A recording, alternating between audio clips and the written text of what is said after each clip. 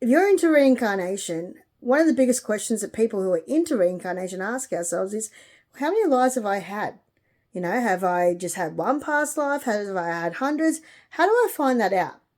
The only way you can really find that out is by going to a quantum healer. Now, a quantum healer is someone that helps you access your other lives. So it could be past lives, present lives, or future lives, through meditation or hypnosis. And then you might connect with your higher self. That's who you are, your soul, what's known as your oversoul. And they will say, okay, you've had 1,016 lives. Okay, here they all are. The best way to look at it is that your oversoul or higher self is like an actor, and they're starring in heaps and heaps and heaps of movies. And all their main characters are the different lives. So, for example, Leo DiCaprio, he would be an oversoul, and those characters he's played in his movies are his incarnations, his past, present, and future life incarnations. I'm sure that you could put his incarnations on his movie characters on a timeline, and some of his movie characters have been set in the 1800s. Some of his movie characters have been set in the future. Some of his movie characters have been set in the 90s. You get what I mean? That's all what higher selves are. So the only way we can tell so far is to go, okay, let's connect with our higher self. Let's see how many movies we've got going on. How many movies are we starring in? Okay? That was up until now. Something in the world is happening at the moment where not just me, but other psychics are starting to see their other lives. And this is a question I'm answering for all my fans. Well, why me? Why am I seeing so many of my other lives? So I've seen over 100 lives now. And the main reason I've been told that I've been given this ability is because of that very reason, as proof that we do live more than, a couple of past lives, or live more than the life that we are living now. The other reason is because it's to prove about simultaneous lives. Not everyone, most people who are into reincarnation don't really know that you can live more than one life at the same time. Even I thought this before I became a psychic, before I had this big thing happen to me where I started to see my other lives. I just thought that you lived, you died, your soul was passed into another body, and then you would live again. And I thought it was all linear. I thought, okay, I'm living now. If I die, I'll be born in the future. Or I was born in 1986, so my past life must have been before 1986. Because there's no such thing as time, all the lives are existing at the same time. But not only that, they're also existing in other dimensions. And not only that, you can have parallel versions of yourself too. So all those older versions of you and all those younger versions of you, they're parallel lives of you. So if you're 38 now like me, and you were 26 once, everyone was, that is a parallel version of you that you can go back and visit. And it's not like having a memory and going, oh yeah, I remember when I was 26. It's much different, because when you visit that timeline of being a different age, you remember things that you didn't remember. You experience things that you haven't experienced since experiencing it in that moment. You see the clothes you were wearing, clothes that you've forgotten about wearing, feelings that you have forgotten about having. You really experience yourself in that timeline. The other reason why people like me are being given the ability to see so many of our other lives is because we're not supposed to hold on to stuff from other lives. But in this day and age, as human beings, we are holding on to more and more stuff. That's because people aren't being present these days, because we have a lot of technology. People are sucked into their phones. It's not like in the 1900s where there were no TVs, no laptops, no phones, and you're out working on the farm, being present. And because that's, really sort of hard work, you really weren't thinking about much else. You were thinking about, this is what I'm doing. And that's what we're supposed to be doing as human beings. We're supposed to be living in the moment and only thinking about what's going on physically that's around us. We're not supposed to be stuck in our thoughts. So if you are a farmer, you should just be thinking about digging that hole. You shouldn't be thinking about, I've got all these bills to pay, or my wife doesn't love me, or blah, blah, blah, whatever crap that we think about in our heads constantly. We all do it. We all have those thoughts racing in our minds all the time. We're not supposed to be holding on to that stuff. When we do hold on to that stuff, it gets stuck in our energetic field if we can't let it go. And you wouldn't believe the stuff that we can't let go. Something that just seems minuscule at the time, can get stuck in your energetic field. I've had moments where I've been taken back to being stressed out at traffic lights, 20 years ago. And that's stuck in my energetic field because I haven't let go of that stress. Even little things like that. When you start to be present, that's how you start to shed the layers of all that trauma and crap that you shouldn't be holding on to. That's how I access those memories. When I'm being super present, sometimes a random memory that I haven't thought about since it actually happened will pop up. For example, like the traffic light one, or I was stressed about, I was taken back to a time when I was stressed about signing up for my uni courses because you had to get in right as soon as they opened, otherwise you wouldn't get the most ideal class. Just little things like that you hold on to. The human body isn't built to hold on to stress and trauma. It's not built to hold on to it in this life, and it's definitely not built to hold on to it in other lives.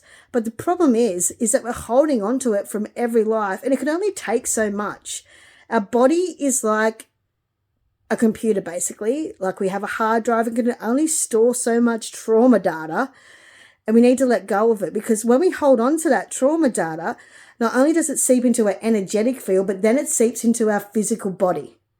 So the biggest lesson I have for humanity that I've been taught through my amazing ability to see so many of my other lives is that let go. Let go of everything. Just let it flow through you. Let it go. Now, there are way better teachers than me out there that are teaching this stuff. Eckhart Tolle, Michael Singer is my absolute favorite. Check them out. Get into mindfulness. Get into being present. You don't have to sit on a cushion and meditate. Meditation takes so many different forms. It can be just meditation, and being present is just literally paying attention to what is going on physically now and using all your senses to experience that. So right now I'm just focusing on me talking. I can also hear thunder in the background. I'm focusing on that. I'm not focusing on things like, oh, when I was 20, someone, called me ugly or whatever, like all the things that we go through, You need to just focus on this moment. Otherwise, you will find that you will keep having health problems or problems that are coming from all sorts of different lives. So why haven't people like Dolores Cannon or Brian Weiss or people who are really high up in reincarnation, why haven't they worked this out? Now, this is the reason why whoever that be has decided that people like me will start seeing lots of lives and start teaching about this. It's because even though quantum healers are fantastic, I'm training to be one myself, so I'm definitely not dissing quantum healers. They're amazing and they've brought me lots of healing. So quantum healers are people that you go to where you can access your past, present and future lives by talking to your higher self. Even though they have found lots of information, like Michael Newton has like over 7,000 cases or something like that, and they can compare information and go, well, all these people are saying it must be true, and that's a really good way to prove that reincarnation exists.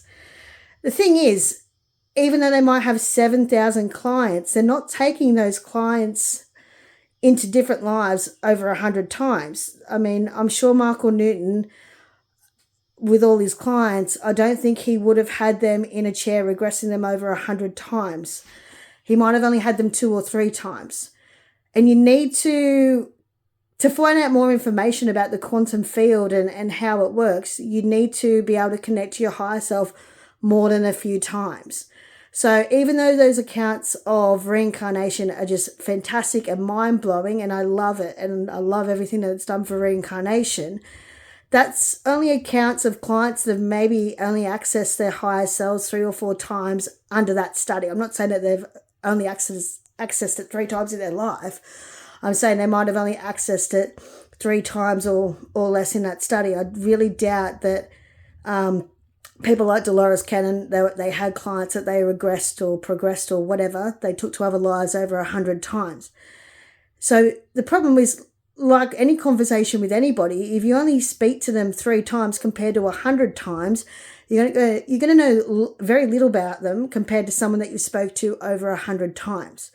So they want to help build a fuller picture, a bigger picture of what your higher self is by teaching people how to access their higher selves by themselves and accessing that information multiple times. I'll give you an example. I went through something new last year that I hadn't experienced before, which was concurrent lives.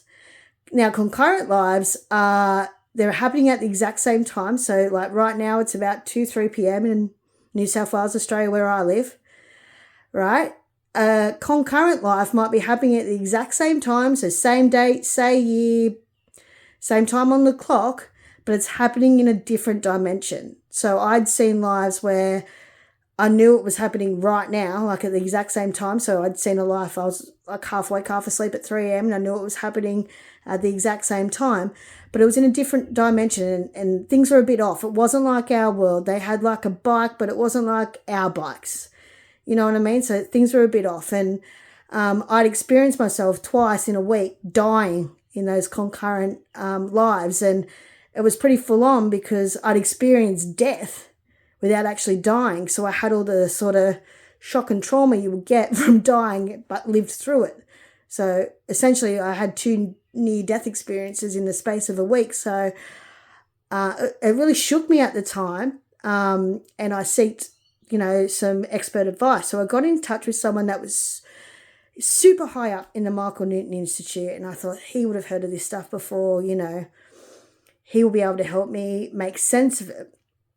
And when I was explaining my higher self and how my higher self has a sense of humor and that, he just dismissed me straight away. And he basically said, higher selves are really serious. Higher selves are all knowing, very calm, serious beings. They almost always present themselves as some sort of spiritual being like a Native American. He said most cases in the Michael Newton Institute, the higher self presented themselves as a Native American. And he just completely disregarded my experiences because they didn't match up with his and his knowledge of, studying it for over 20 years. But if you're only going to meet somebody's higher self 2 or 3 times, of course they're not going to show their true selves. I don't show my true self to someone that I've met only 3 times compared to over 100 times. And most people who are quantum healers will tell you that, yeah, definitely higher selves can have different forms other than an American Indian chief, and they can have different, personalities. They can be funny. I'm a Lyran Starseeds and Lyrans are funny. That's why my higher self is funny, because that's my original soul essence of, my first incarnation was as a Lyran. So that's another reason why people like me, not just me, it's great. I'm meeting more people, all the time who are going through similar experiences as I am, to teach them about, how there are simultaneous lives and all the stuff that I've just mentioned. The other reason I'm going through this experience, and a lot of other people are too, is to debunk the myth of twin flames. Wow, hasn't that got crazy, twin flames? Now, I did meet my twin flame, but I don't like the label of twin flame. I call it simultaneous incarnation. It's just you in another body. So it's like meeting a past life version of yourself or a future life version of yourself, but you just met them in the present. That's all it is.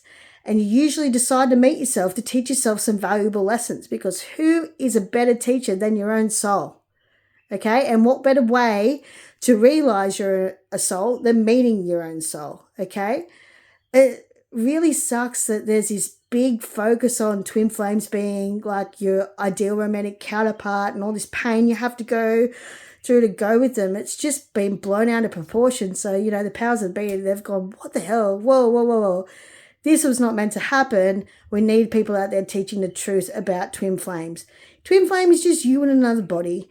It's just your ultimate teacher. That's it. Romantic love is to be found with a romantic soulmate.